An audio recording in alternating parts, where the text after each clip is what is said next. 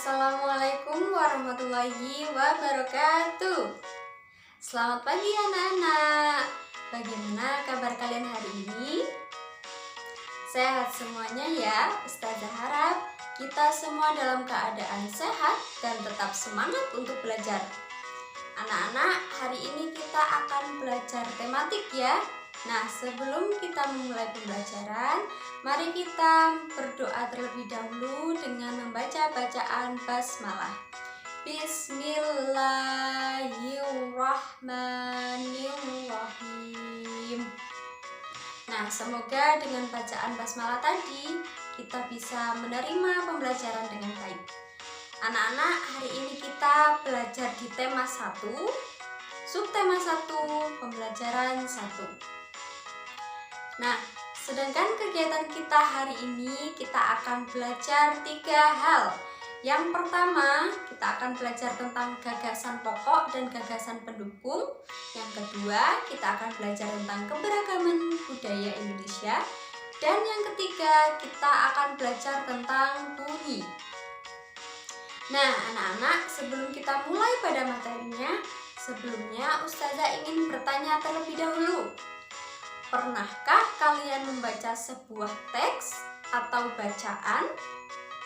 Pasti pernah ya kalian membaca buku cerita atau mungkin buku pelajaran, koran, dan sebagainya. Dalam suatu bacaan pasti terdiri dari beberapa paragraf. Ada paragraf 1, 2, 3, dan seterusnya.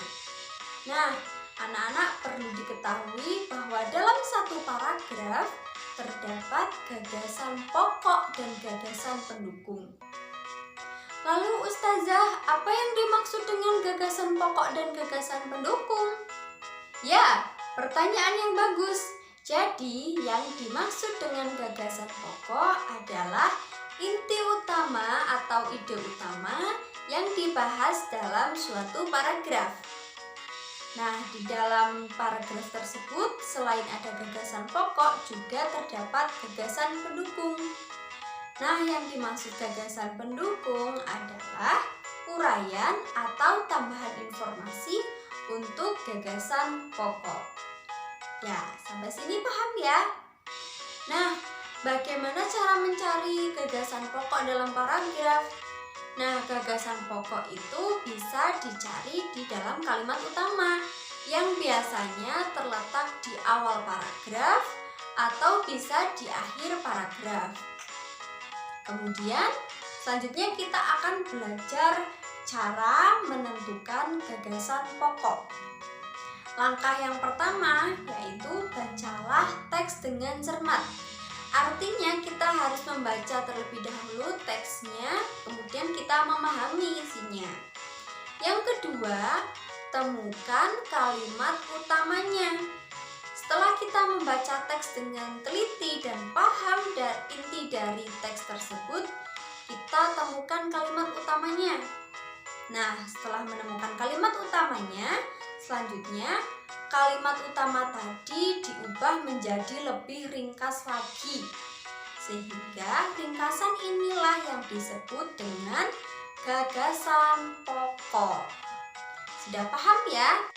Nah, untuk lebih memahami tentang gagasan pokok dan gagasan pendukung, coba sekarang kita latihan menentukan gagasan pokok pada teks bacaan Pawai Budaya. Anak-anak bisa membukanya pada halaman 1-2 ya. Nah, sekarang kita coba baca teks Pawai Budaya. Oke, sudah dibaca ya. Nah, dari teks Pawai Budaya, kira-kira manakah kalimat utamanya? Ya, betul. Kalimat utama dari teks Pawai Budaya yaitu Pawai budaya sangat menarik bagi warga Kampung Babakan. Nah, setelah kita menemukan kalimat utamanya, selanjutnya kita meringkasnya menjadi lebih ringkas lagi. Sehingga gagasan pokoknya adalah, gagasan pokoknya Pawai budaya di Kampung Babakan. Jadi paragraf 1 ini menceritakan tentang pawai budaya di Kampung Babakan. Nah, seperti apa pawai budaya di Kampung Babakan ini akan dijelaskan oleh gagasan pendukung. Nah, gagasan pokoknya tadi sudah ditemukan. Sekarang gagasan pendukungnya yaitu sebagai berikut. Oke anak-anak, tadi kita sudah belajar menentukan gagasan pokok dan gagasan pendukung. Sekarang sebagai latihan kalian, silakan kalian berlatih untuk menentukan sendiri gagasan pokok dan gagasan pendukung pada teks pawai budaya untuk paragraf 2 sampai paragraf 5. Nah anak-anak, ternyata budaya di Indonesia itu sangat beragam ya. Contohnya tadi dalam pawai budaya kita bisa melihat budaya Bali, budaya Maluku, alat musik, tarian daerah, dan sebagainya. Untuk mengetahui lebih lanjut tentang keberagaman budaya di Indonesia, yuk kita pelajari lagi macam-macam keberagaman budaya yang ada di Indonesia. Nah, bentuk-bentuk keberagaman budaya di Indonesia itu sangat beragam, sangat banyak macamnya. Contohnya ada rumah adat, kemudian suku, alat musik, bahasa, tarian daerah, dan sebagainya, masih banyak lagi. Nah, hari ini akan Ustazah contohkan beberapa keberagaman budaya di beberapa provinsi di Indonesia. Yang pertama, kita akan mencari tahu tentang Provinsi Nangro Aceh Darussalam. Nah, di Provinsi Nangro Aceh Darussalam ini terdapat beberapa suku budaya. Yang pertama, suku yang mendiami yaitu suku Aceh, kemudian suku Gayo, suku Alas, dan suku Tamlang. Kemudian ada rumah adat. Rumah adat Provinsi Nangro Aceh Darussalam yaitu rumah adat Krong Badi. Kemudian pakaian adatnya yaitu uli balang dan alat musiknya yaitu seruni kali. Selanjutnya kita akan ke Provinsi Jakarta. Nah, di Provinsi Jakarta ini terdapat suku yang mendiaminya yaitu suku Betawi. Kemudian rumah adatnya yaitu rumah adat Kebaya. Pakaian adat yang dikenakan pakaian Betawi dan alat musik tradisionalnya yaitu tanjidor. Yang ketiga, kita akan menuju ke Provinsi Jawa Tengah, provinsi kita ya. Nah, suku yang mendiami Provinsi Jawa Tengah diantaranya ada suku Jawa, suku Samin, suku Kangean, dan suku Karimun. Kemudian rumah adat Jawa Tengah yaitu rumah joglo. Kemudian pakaian adatnya ada jawi jangkep dan kebaya, serta alat musiknya adalah gamelan. Nah, yang terakhir kita akan menuju ke Papua. Di Papua ini terdapat 3 suku yang mendiami. Yang pertama suku Asmat, kemudian ada suku Dani, dan suku Blok. Sedangkan rumah adatnya yaitu rumah adat Hanoi. Meskipun sangat sederhana, tetapi rumah adat ini memiliki bentuk yang sangat unik.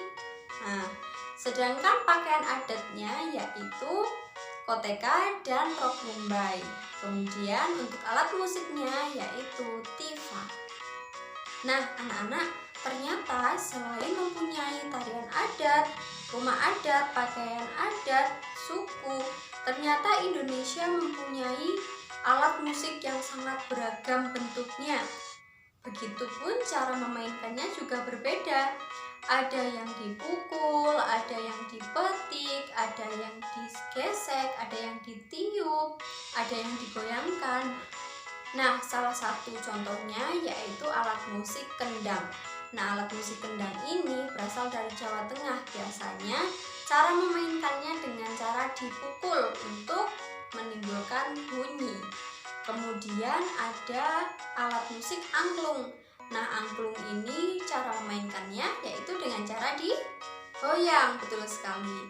Kemudian ada saluang. Saluang ini seperti seruling, dimainkannya dengan cara ditiup. Nah, sebagai latihan di rumah, silakan kerjakan halaman 11. Carilah alat musik daerah, kemudian tuliskan asalnya dan cara memainkannya agar menghasilkan bunyi. Nah, contohnya seperti nomor 1 ya. Nah, anak-anak, tadi kita sudah melihat beberapa alat musik serta cara memainkannya agar menghasilkan suatu bunyi. Kemudian bagaimana bunyi bisa terdengar oleh kita? Ya, karena kita mempunyai telinga. Nah, sepatutnya kita harus bersyukur kepada Allah yang sudah memberikan kita kesempurnaan tubuh beserta telinga sehingga kita bisa mendengar bunyi yang ada di sekitar kita. Ternyata segala macam bentuk bunyi dihasilkan dari benda-benda yang bergetar. Getaran benda ini akan menjadikan udara di sekitarnya ikut bergetar, sehingga getaran tersebut menimbulkan gelombang bunyi di udara. Segala benda-benda yang bergetar dan menghasilkan bunyi disebut dengan sumber bunyi. Bunyi itu sendiri mempunyai sifat dapat merambat melalui benda padat, benda cair, dan gas. Namun, bunyi tidak dapat merambat melalui ruang hampa karena dalam ruang hampa tidak terdapat udara. Oke anak-anak, itulah kegiatan belajar kita hari ini. Yang pertama kita tadi sudah mempelajari apa? Ya, gagasan pokok, gagasan pendukung, kemudian ada keberagaman budaya di Indonesia, dan tentang bunyi. Nah anak-anak, untuk selanjutnya nanti silahkan kerjakan tugas dari Ustazah Lili, kerjakan dengan baik. Jika masih ada yang ingin ditanyakan atau masih belum dipahami, bisa langsung bertanya melalui grup WA. Oke anak-anak, Ustazah cukupkan sekian untuk pembelajaran tematik hari ini. Terima kasih. Wassalamualaikum warahmatullahi wabarakatuh.